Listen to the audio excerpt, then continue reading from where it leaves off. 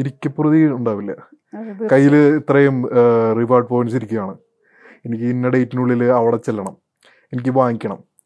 ഞാൻ ആ വാങ്ങിക്കാൻ ശരിക്കും ഒരു നെസസിറ്റി ഉണ്ടാവില്ല ഇല്ല. വാങ്ങിക്കണം എന്നുള്ളത്. അതെ, അതെ. പക്ഷേ ഇത് 100-150 രൂപ എനിക്ക് കിട്ടാൻ വേണ്ടിയിട്ട് ഞാൻ അവിടെ ചെന്ന് ഒരു 1500-2000 ചിലവാക്കി പോകും. അതെ, അതൊരു തീർച്ചയായിട്ടും. ഈ ഓഫറുകളുടെ കാര്യത്തിലും അങ്ങനെ തന്നെയല്ലേ? ഒരു ഓഫർ. 150 രൂപയുടെ ഓഫർ ഉണ്ടെന്ന് പറയും, പക്ഷെ നമ്മൾ ചെന്ന് വാങ്ങിച്ചുമ്പോഴേക്ക് ഒരു 1500 നമ്മൾ പർച്ചേസ് ചെയ്തിട്ടുണ്ടാവും. അതെ ആക്ച്വലി ഒരു ഷോപ്പിന്റെ തന്ത്രം അതാണ്. അതെ നമ്മൾ വീണു പോണതും അതിലാണ്. അതെ ഓഫർ അല്ലെങ്കിൽ റിഡീം ഇങ്ങനത്തെ കാര്യങ്ങളാണ് വീണു അതെ പോകുന്നത്. അത് ഹ്യൂമൻ സൈക്കോളജിയാണ്. അതെ, അതെ. ഈവൻ ബിഗ് ജയൻസ് ആയ ഗൂഗിൾ പേ, നമുക്ക് പേയ്മെൻറ്റും കാര്യങ്ങളെല്ലാം ചെയ്യുമ്പോൾ ഒന്നല്ലെങ്കിൽ scratch card, better luck next time. അതെ, പിന്നെ വേറെ എന്ന് വെച്ചാൽ അവർക്ക് എന്തെങ്കിലും ഡിസ്കൗണ്ടഡ് ഓഫേഴ്സ് കിട്ടും. 12,000 രൂപയുടെ എന്തെങ്കിലും നമുക്ക് 10,000 രൂപയ്ക്കോ 8,000 രൂപയ്ക്കോ കിട്ടും. ഉം. അത് കാണുമ്പം സാധാരണക്കാരൻ എന്താ വിചാരിക്കുക, ഓക്കെ എനിക്കത് ഇപ്പോൾ കിട്ടണം അതെ, വാങ്ങിക്കും. അതെ, അതിലൊരു അറൗണ്ട് 40% ആൾക്കാരും അത് വാങ്ങിച്ചിരിക്കും, അതെ, അതെ. ആവശ്യമില്ലെങ്കിലും അത് വാങ്ങിച്ചിരിക്കും. അപ്പോൾ ഒരു മന്തിൻ്റെ ആകുമ്പോൾ ഓക്കെ, നമ്മുടെ എഴുതി വെക്കുന്നവനാണെങ്കിൽ, ഡെയിലി ചിലവുകൾ എഴുതി വെക്കുന്നവനാണെങ്കിൽ അപ്പോൾ ചിന്തിക്കും ഞാനത് വെറുതെ വാങ്ങിച്ചു എന്നുള്ളത്, അല്ലേ? അതെ, അതെ. പിന്നെ പണ്ടത്തെ പോലെയല്ല ഇപ്പോൾ എല്ലാം ഡിജിറ്റലൈസ്ഡായി, പേയ്മെൻറ്റ്സ് എല്ലാം ഡിജിറ്റലൈസ്ഡായി. പണ്ട് ഒരു പേഴ്സിൽ ഒരു 3000 രൂപ ATM നിന്ന് എടുത്ത് വെച്ചിട്ടുണ്ടെങ്കിൽ എൻ്റെ പേഴ്സിൽ 3000 രൂപയുണ്ട്. അത് ഒരു 100 രൂപ ചിലവാക്കുമ്പോഴും എൻ്റെ കയ്യിൽ ഞാൻ മൈൻഡിലുണ്ട്, നമുക്ക് എൻ്റെ മൈൻഡിൽ എൻ്റെ ഓർമ്മയുണ്ടാവും. ലെഡ്ജറിൽ അതെ, ഉണ്ടാവും. എന്ന് വെച്ചാൽ ഓക്കെ എൻ്റെ ഇത്രയും രൂപ ബാക്കിയുണ്ട് എന്നുള്ളത് ഉണ്ടാവും. അതെ, പക്ഷേ ഇപ്പോൾ എല്ലാം ഫിംഗർ ടിപ്പിലായപ്പോൾ എവിടെ ചെന്നാലും ഫോണിൽ കാണിച്ചാൽ മതി. അതെ. ഈ ഫോണിൽ നിന്ന് മണി ഔട്ട്ഫ്ലോ ആണ്. നമ്മൾ അറിയുന്നില്ല, അറിയുന്നില്ല ശ്രദ്ധിക്കുന്നില്ല. Yes. മന്തിൻ്റെ ആകുമ്പോൾ നമ്മൾ ലോ ബാലൻസ് ഇത് അലർട്ട് കാണുമ്പോഴാണ് മനസ്സിലാവുക, ഓ അതെ, ഇത്രയും ചിലവായി ശരിയാണ്. അതെ, കഴിഞ്ഞു എന്നുള്ളത് ഇതെവിടെ നമ്മൾ പോയി എന്ന് നമ്മൾ അപ്പോഴാണ് ആലോചിക്കുന്നത്. അപ്പോഴാണ് ആലോചിക്കുന്നത്. പിന്നെ അതൊരു പോയിന്റ്. പിന്നെ വേറൊരു പോയിന്റ് എന്ന് വെച്ചാൽ ഒരു ചെറുകിട കച്ചവടക്കാരൻ, അവന് എഫക്റ്റീവ് ആൻഡ് അഫോർഡബിൾ ആയിട്ട് എവിടെ അഡ്വർടൈസ് ചെയ്യാനായിട്ടൊരു പ്ലാറ്റ്ഫോം ഇല്ല. ഉം. ഇപ്പോൾ അതെ, ചെറുകിട കച്ചവടക്കാരൻ ഇപ്പോൾ പണ്ടത്തെ കൺവെൻഷണൽ രീതി അനുസരിച്ച് പത്രത്തിൻ്റെ ഇടയിൽ ഇത് ഫ്ലയേഴ്സ് ഇടാം, പോസ്റ്റേഴ്സ് ഇടാം. അപ്പോൾ ഒരു പോസ്റ്റർ പ്രിന്റ് ചെയ്യണതിൽ 3 രൂപ 5 രൂപ തൊട്ട് തുടങ്ങും. അതെ, അത് ഈ പത്രത്തിൻ്റെ ഇടയിൽ വരുന്ന പോസ്റ്റേഴ്സും കാര്യങ്ങളും, അടുത്തുള്ള സൂപ്പർ മാർക്കറ്റ് വിടുന്ന പോസ്റ്റേഴ്സും കാര്യങ്ങളും, പിള്ളേരുള്ള വീടുകളിലാണെങ്കിൽ അമ്മമാരെന്താ ചെയ്യുക, അവർക്ക് കൺവീനിയൻ്റ് ആയിട്ട് ഒരു പീസ് ഓഫ് പേപ്പർ കിട്ടി, പത്രം കയറണ്ട, അത് 2 മടക്കി പിള്ളേരുണ്ടെങ്കിൽ പിള്ളേരുടെ അതെ, കോരാം, ശരിയാണ്. അല്ലേ? ഉം. അങ്ങനെ അത്രേ ഉള്ളൂ. അതെ, അതെ, അല്ലാതെ അത് ഇരുന്ന് വായിക്കാൻ ആരും നോക്കുന്നില്ല. പിന്നെ വേറെ ഉള്ളത് മെറ്റ ആഡ്സിൽ എന്തെങ്കിലും അഡ്വർടൈസ്മെൻറ്റും കാര്യങ്ങളും കൊടുക്കണമെങ്കിൽ ഇൻസ്റ്റാഗ്രാമിൻ്റെ അൽഗോരിതം വെച്ച് ഇറ്റ് വിൽ ടേക്ക് ടൈം. ഉം. പിന്നെ ആവറേജ് ഒരു 3 rupees പെർ ലീഡ് സ്പെൻഡ് ആവുന്നുണ്ട്. ഓക്കെ, ഒരാളത് ആ ലീഡ് ക്ലിക്ക് ചെയ്തു, കണ്ടതിന് ശേഷം ആ പുള്ളി വന്നവിടെ പർച്ചേസ് ചെയ്യണം എന്നില്ല, ജസ്റ്റ് കണ്ടു, അത്രേ ഉള്ളൂ. അതൊരു എഫക്റ്റീവ് അഡ്വർടൈസ്മെൻ്റ് അല്ല, ഒരു എഫക്റ്റീവ് പ്രൊമോഷൻ അല്ല. അതെ. ദൈനംദിന ജീവിതത്തിൽ നമുക്ക് ഒരുപാട് കാര്യങ്ങൾ ബന്ധപ്പെടുത്തിക്കൊണ്ട് വെയിൽസ് കോർഡിനേറ്റ് ഉണ്ട്. അപ്പോൾ എന്തൊക്കെയാണ് ഈ വെയിൽസ് ബോർഡിൽ നമുക്ക് ലഭിക്കുന്നത് അല്ലെങ്കിൽ പ്രൊവൈഡ് ചെയ്യുന്നത് എന്നൊന്ന് പറയാമോ?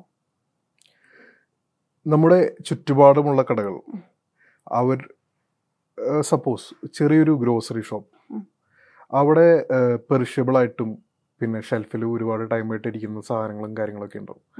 അതെല്ലാം വിറ്റഴിക്കണം, ചെറിയ കച്ചവടക്കാരന് വിറ്റഴിക്കണം. അതിന് അവന് അഫോർഡബിളായിട്ടൊരു അഡ്വർടൈസ്മെൻറ്റ് പ്ലാറ്റ്ഫോം വേണം, അവൻ്റെ ഓഫേഴ്സും കാര്യങ്ങളും കൊടുക്കാനായിട്ട്. ഇപ്പോൾ സപ്പോസ് ഒരു പലചരക്ക് കടയിൽ ഉരുളൻകിഴങ്ങ് മുള വരുന്നതിന് മുന്നേ കൊടുത്തു തീർക്കണം, അല്ലേ? അല്ലെങ്കിൽ അതിൻ്റെ നഷ്ടം അവൻ സഹിക്കേണ്ടി വരും. അപ്പോൾ ഈ 15-20 രൂപ കിലോയ്ക്ക് വിലയുള്ള ഉരുളൻകിഴങ്ങ് വിറ്റഴിക്കാൻ അവൻ 500 അഡ്വർടൈസ്മെൻറ്റ് ചെയ്യാൻ പറ്റില്ലല്ലോ. അപ്പോൾ എന്ത് ചെയ്യാം? ഇപ്പോൾ വെയിൽസ് ബോർഡിൽ ജസ്റ്റ് ഒരു എല്ലാവരുടെ കയ്യിലും സ്മാർട്ട് ഫോൺ ഉണ്ട്, ഫോട്ടോ എടുക്കുന്നു, അതിൽ ടെക്സ്റ്റായിട്ട് 20 രൂപയുടെ ഇത് ഞാൻ അബൌട്ട് ടു എക്സ്പയർ ആണ് എന്ന് എഴുതാം, അല്ലെങ്കിൽ ഇതൊരു 15 രൂപയ്ക്കോ 12 രൂപയ്ക്കോ കൊടുക്കുന്നു എന്ന് പറഞ്ഞിട്ട് ജസ്റ്റ് ഒരു പോസ്റ്റ് ഇടുക. ഫേസ്ബുക്കിൽ എല്ലാവരും പോസ്റ്റ് ഇടുന്നില്ലേ, അതുപോലെ തന്നെ. അപ്പോൾ അത് ചുറ്റുപാടുള്ള ആൾക്കാർക്കെല്ലാം ഇനാപ്പ് നോട്ടിഫിക്കേഷനായിട്ട് പോകും.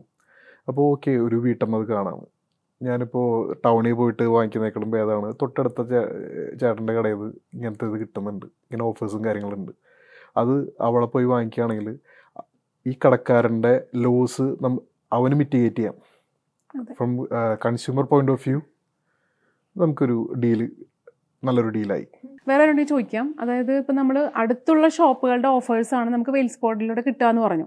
അപ്പോൾ അതിൽ ദൂരെ ഇപ്പം നമുക്ക് വേറെ ഒരുപാട് വലിയ പ്രോഡക്റ്റുകൾ വാങ്ങിക്കണം, അല്ലെങ്കിൽ കുറേ വേറെ എന്തെങ്കിലും നമുക്ക് പർച്ചേസ് ചെയ്യണമെന്നുണ്ടെങ്കിൽ അത് നമുക്ക് അങ്ങനത്തെ ഷോപ്പുകളുടെയും ഈ ഒരു ഓഫർ കാര്യങ്ങളൊക്കെ നമുക്ക് വെയിൽസ് പോർട്ടലിൽ കിട്ടുമോ? കാണാം. ഇത് വെയിൽസ് പോർട്ട് എന്നുള്ളത് ഒരു location based aggregate platform of loyalty and rewards ആണ്. എന്ന് വെച്ചാൽ നമുക്ക് ഇതിൽ ലൊക്കേഷൻ നമുക്ക് ചേഞ്ച് ചെയ്യാം. ഇപ്പോൾ തൃശ്ശൂരുള്ള ഞാൻ അറിഞ്ഞു ഇപ്പോൾ എറണാകുളത്താണ് വലിയ വലിയ കടകളും കാര്യങ്ങളും ഇതൊക്കെ ഉള്ളത്. അവിടുത്തെ ഓഫേഴ്സ് കാണണമെങ്കിൽ എനിക്ക് ജസ്റ്റ് ലൊക്കേഷൻ എറണാകുളം സ്വിച്ച് ചെയ്യാം. എം ജി റോഡോ അങ്ങനെ ടൈപ്പ് ചെയ്ത് കൊടുത്താൽ മതി. ഒരു ലൊക്കേഷൻ ബേസ്ഡ് അല്ല, നമുക്ക് എവിടത്തെ വേണമെങ്കിലും ഓഫേഴ്സും കാര്യങ്ങളൊക്കെ അറിയാൻ പറ്റും. നമ്മൾ ജസ്റ്റ് ലൊക്കേഷൻ ചേഞ്ച് ചെയ്ത് കൊടുത്താൽ മാത്രം മതി. അപ്പോൾ അടുത്തുള്ള കടകളുടെ ഓഫേഴ്സ് എല്ലാം ആ ലൊക്കേഷനിലെ പർട്ടിക്കുലർ ലൊക്കേഷനിലെ ഷോപ്സിൻ്റെ ഓഫേഴ്സ് എല്ലാം നമുക്ക് കാണാം. പിന്നെ ഇതിൽ കാറ്റഗറി വൈസ് കൂടി നമുക്ക് സെർച്ച് ചെയ്യാം. ഇപ്പോൾ സപ്പോസ് എനിക്ക് എന്തെങ്കിലും കാറ്റഗറി ഓഫ് റിട്ടെയിൽ പ്രൊഡക്റ്റ് വാങ്ങിക്കണം, അത് എനിക്ക് സെർച്ച് ചെയ്യാം. അതിലുള്ള ബെസ്റ്റ് ഓഫേഴ്സ് എനിക്ക് അറിയാം. അത് ഡിസ്റ്റൻസ് വൈസ് ആയിരിക്കും സോർട്ട് ചെയ്തിട്ട് റിസൾട്ട് വരുന്നത്, അത് നോക്കി ചെയ്യാം. ഇപ്പോൾ എന്താ പറയുക, തൃശ്ശൂർ കിടക്കുന്ന ഞാൻ എറണാകുളത്ത് ഏതെങ്കിലും ഒരു പർട്ടിക്കുലർ പ്രൊഡക്റ്റിന് 100 രൂപ കുറവാണ്, തൃശ്ശൂർ അത് 100 രൂപ കൂടുതലാണ്. എനിക്ക് ബെറ്റർ തൃശ്ശൂരിൽ നിന്ന് വാങ്ങിക്കുന്നതല്ലേ നല്ലത് യാത്രാ ചെലവ് നോക്കുമ്പോൾ. ആ ലോജിക്കെല്ലാം യൂസർ തന്നെ നോക്കണം. ഇപ്പോൾ ഓഫേഴ്സ് മാത്രമല്ലാതെ വേറെ എന്തെല്ലാം ഫെസിലിറ്റീസ് ആണ് വെയിൽസ് പോഡ് ഒരു വ്യൂവറിന് അല്ലെങ്കിൽ ഒരു കസ്റ്റമറിന് പ്രൊവൈഡ് ചെയ്യുന്നത്? കസ്റ്റമർക്ക് ചോയ്സ് ഉണ്ട്. എന്നുവെച്ചാൽ ഇപ്പോൾ പ്രസൻ്റ്ലി ഒരു കസ്റ്റമർ ഒരു ടൗണിലേക്ക് ഇറങ്ങാം ഓഫ്ലൈൻ ഷോപ്പിങ്ങിന്.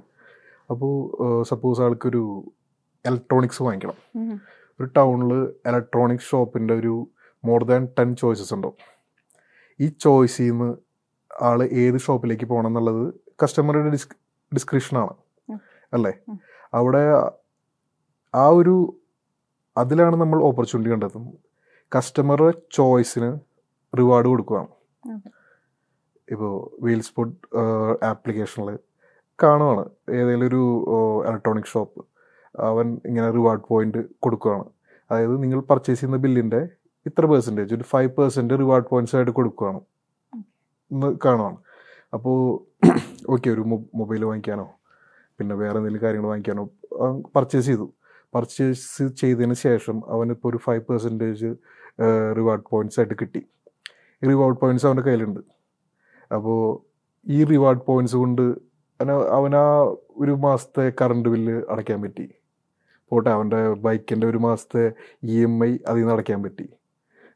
വലിയൊരു സേവിങ്സ് അല്ലേ? അതെ, തീർച്ചയായിട്ടും. അതായത് നമ്മൾ ആ കസ്റ്റമർ എടുക്കുന്ന ചോയ്സിന് കിട്ടുന്ന റിവാർഡ്, അതാണ് Wales pod reward points. Okay, നമ്മൾ ആക്ച്വലി ഒരു പ്രൊഡക്റ്റ് വാങ്ങി നമ്മളത് കൊണ്ട് യൂസ് ചെയ്യുന്നല്ലാതെ പിന്നെ റിഡീംസ് അല്ലെങ്കിൽ റിവാർഡ് പോയിന്റ്സ് നമ്മൾ ശരിക്കും ശ്രദ്ധിക്കാറില്ല. പക്ഷെ അതുപോലെ നമുക്ക് വെയിൽസ് പോഡ് കൃത്യമായിട്ട് നോട്ട് ചെയ്ത് തരുന്നുള്ളതാണ് ഏറ്റവും വലിയ പ്രത്യേകത അല്ലേ? മറ്റൊരു പ്രത്യേകത, മറ്റൊരു പ്രത്യേകത. പിന്നെ അതല്ലാതെ എന്തൊക്കെയാണ് വേറെ ഫെസിലിറ്റീസ് നമുക്ക് വെയിൽസ് പോഡ് തരുന്നത്? ഓഫേഴ്സ് അല്ലെങ്കിൽ റിവാർഡ്സ്, അത് കൂടാതെ എന്തെല്ലാം കാര്യങ്ങളാണ്? ഇപ്പം റീചാർജ് ചെയ്യുന്നത് പറഞ്ഞിരുന്നല്ലോ, സാർ പറഞ്ഞിട്ടുണ്ടായിരുന്നു. അപ്പം അതിൻ്റെയൊക്കെ വേറെ പോയിന്റ്സും കാര്യങ്ങളൊക്കെ എന്തൊക്കെയാണ്? ഇത് തന്നെയാണ് നമ്മൾ കസ്റ്റമേഴ്സ് വെയിൽസ് പോഡ് മോട്ടീവ് എന്താണെന്ന് വെച്ചാൽ ലോക്കൽ ഷോപ്പിംഗ് പ്രൊമോട്ട് ചെയ്യുക. ഇപ്പോൾ ഓഫ്ലൈൻ റീറ്റെയിലേഴ്സ്, ചെറുകിട കച്ചവടക്കാർ ഇപ്പോൾ വളരെ വലിയ പ്രതിസന്ധി കൂടെ കടന്നു പോകുന്നത്. ഇപ്പോൾ എല്ലാവർക്കും എന്തും ഫോണിൻ്റെ ഫിംഗർ ടിപ്പിലുണ്ട്. ഓൺലൈൻ ഷോപ്പ് ചെയ്യാം. ഉപ്പ് തൊട്ട് കർപ്പൂരം വരെ ഓൺലൈൻ കിട്ടും. അപ്പോൾ ഈ ഓൺലൈൻ റീറ്റെയിലേഴ്സും ഉണ്ട്. അവരുടെയും 15 to 18% ആണ് ഈ ഓൺലൈൻ അഗ്രിഗേറ്റേഴ്സ് വാങ്ങിക്കുന്നത്. അപ്പോൾ അവരുടെ പ്രോഫിറ്റ് മാർജിനും അവിടെ കുറവാണ്. സ്റ്റിൽ എന്താ ഒരു കസ്റ്റമറുടെ സൈഡിൽ നിന്ന് അവരുടെ കൺവീനിയൻസ്, ഒരു വീട്ടിലിരുന്നിട്ട് ഓർഡർ ചെയ്യാം എത്തും എന്നുള്ളത് കൊണ്ട് മാത്രമാണ് ഇത് സസ്റ്റെയിൻ ചെയ്ത് പോകുന്നത്. തീർച്ചയായിട്ടും ഓൺലൈൻ ഷോപ്പിംഗ് Yes. ഇപ്പോൾ ഇത് ഡയറക്റ്റ്ലി ബാധിക്കുന്നത് ആരെയാ? ഓഫ്ലൈൻ റീറ്റെയിലേഴ്സിനെ. അതെ അതെ ശരിയാണ്. നമ്മുടെ അടുത്ത വീട്ടിലെ കടയിലെ ചേട്ടൻ ഇത്ര 20,000 30,000 രൂപ കടമുറിക്ക് റെന്റ് കൊടുത്തിട്ട് കടയിൽ തുറന്നു വെച്ചിരിക്കുക. അതെ ഒരാളും വരുന്നില്ല. ശരിയാണ്. ഇതാണ് പ്രതിസന്ധി. അതെ ഈ പ്രതിസന്ധി തരണം ചെയ്യാനാണ് ഇവരുടെ സംഘടന ഫെബ്രുവരി 13 ഷട്ടറും പൂട്ടി എല്ലാവരും പുത്തരിക്കണ്ടം മൈതാനത്ത് പോയിട്ട് വെയിലും കൊണ്ടിരുന്നത്. അവർക്ക് നഷ്ടമുണ്ടാവും. അത് ഈ ഹർത്താലും പ്രതിഷേധവും എല്ലാം നഷ്ടം കൂട്ടാന്നല്ലാതെ എന്തെങ്കിലും സൊല്യൂഷൻ ഇല്ല, തരുന്നുണ്ടോ? solutions ഒന്നുമില്ല. സൊല്യൂഷൻസ് ഒന്നുമില്ല. അതെ അതെ അപ്പോൾ ഇത് ഇവർ ചെയ്യേണ്ട ഒരു കാര്യമായിരുന്നു. അതെ അതെ ശരിയാണ്. ഇവര് ചെയ്യേണ്ട ഒരു കാര്യമായിരുന്നു. ഇവരൊരു പ്ലാറ്റ്ഫോം ഉണ്ടാക്കണമായിരുന്നു. അതെ